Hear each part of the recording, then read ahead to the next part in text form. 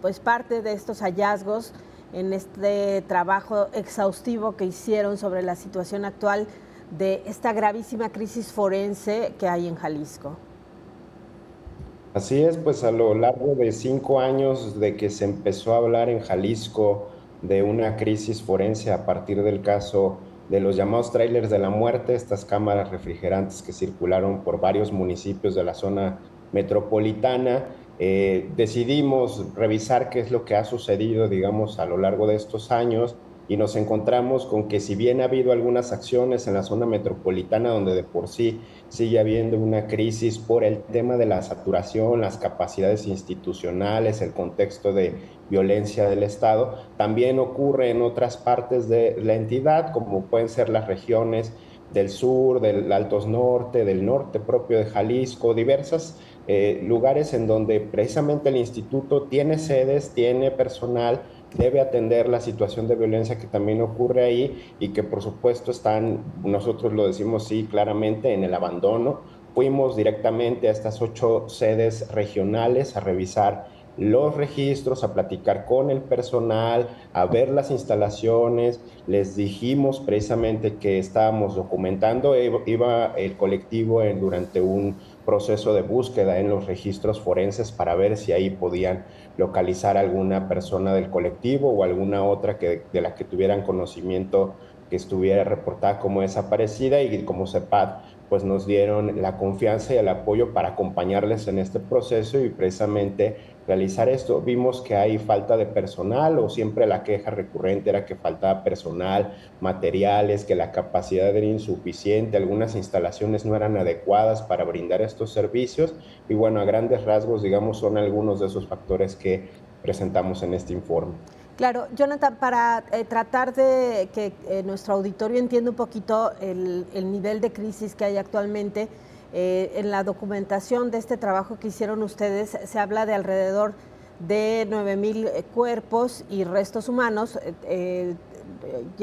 o usando este concepto por el tema del rescate, sobre todo en fosas clandestinas de cuerpos que son seccionados y bueno, de acuerdo con los datos, se estaría hablando de 9,000, cuando en el caso de la crisis de los trailers se llegó a hablar de lo que había depositado en estas 2 cámaras y el resto de los espacios en el instituto, de alrededor de 800 cuerpos y restos humanos, ¿no?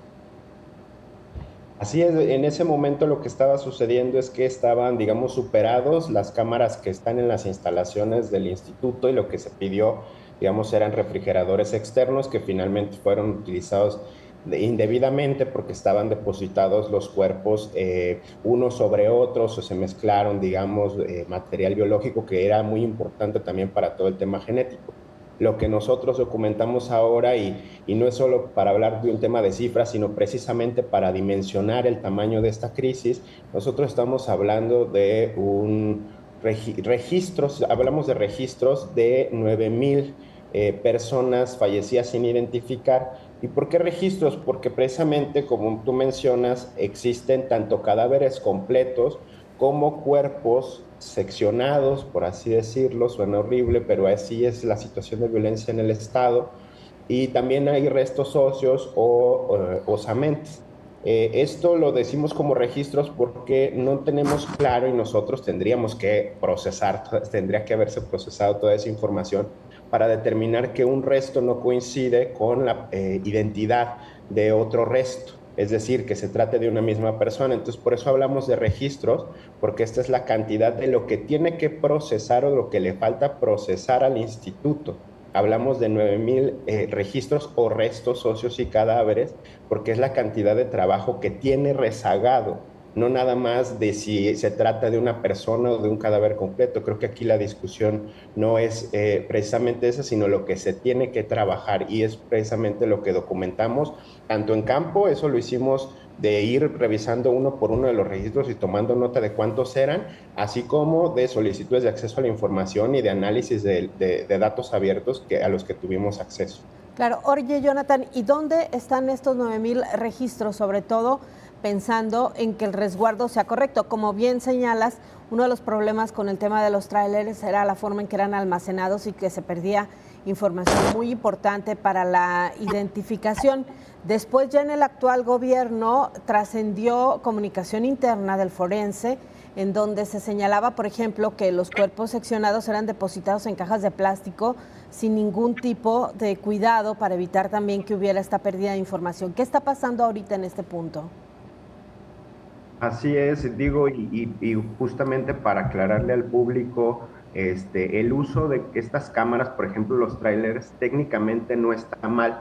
Lo que estaba mal es cómo estaban depositados los cuerpos, porque precisamente no todas las instalaciones son suficientes para la cantidad. Lo que pasa, y justo como tú narras, es que se utilizan luego otras formas o no se congela debidamente, no se refrigera debidamente un resto o un cadáver, y lo que pasa es que se descompone y se pierde toda la información para poder recuperar la identidad. Entonces, lo que está ocurriendo, y por eso hace poco el titular de la Coordinación Estratégica de Seguridad dijo que era imposible que hubiera 9,000 cuerpos en refrigeradores, y nosotros lo que justamente aclaramos es que no estamos hablando de que todos estén en las cámaras en frío, que es lo que tienen estas 9 sedes que componen al instituto, sino que también se pueden encontrar inhumadas en panteones, o algunas no necesariamente tienen que estar en cámaras en frío, porque se trata ya de esqueletos o cuerpos, digámoslo así, se le dice técnicamente como en reducción ósea, que es ya nada más el esqueleto, o que se trata solo de huesos, y esos se pueden resguardar, sí, fuera de un refrigerador, debidamente embalados o depositados en bolsitas de papel, en bolsas de cartón. Eso sí es posible, porque ya el nivel de descomposición ya no aumentaría. Entonces, se trata de diversos espacios, lo que nosotros le llamamos destino final o trazabilidad. También en algunos de estos registros se trata de cuerpos que fueron incinerados en las pasadas administraciones, y también de cuerpos que fueron donados a instituciones educativas. Es decir, es un universo muy amplio y son diversos los lugares en los que se pueden encontrar. Claro. Y Jonathan, finalmente, y nos queda menos de un minuto, ¿hay posibilidades de esta base de datos que ustedes lograron armar que tenga alguna utilidad en un cruce con desapariciones o con temas de identidad? Yo creo que más que nuestra información, aquí lo que le dijimos al instituto es que ellos tienen que hacer un diagnóstico, y además están obligados a hacer un registro estatal de esto, para que se pueda comparar precisamente con el registro de personas que la ley obliga, además, ¿no? Exactamente, la ley les obliga y han incumplido, han dicho que ellos tienen todo. Entonces aquí la cuestión es, lo que estamos evidenciando es que precisamente lo que tienen no ha servido. Claro que sí. Jonathan, muchísimas gracias. Sin duda un gran trabajo el que realizaron ustedes, un trabajo que además pues tendría que haber hecho la autoridad. Gracias por compartirnos los hallazgos. Así es, muchas gracias a usted. Gracias. Es Jonathan Ávila, él es investigador del Centro de Justicia para la Paz y el Desarrollo. Él es el encargado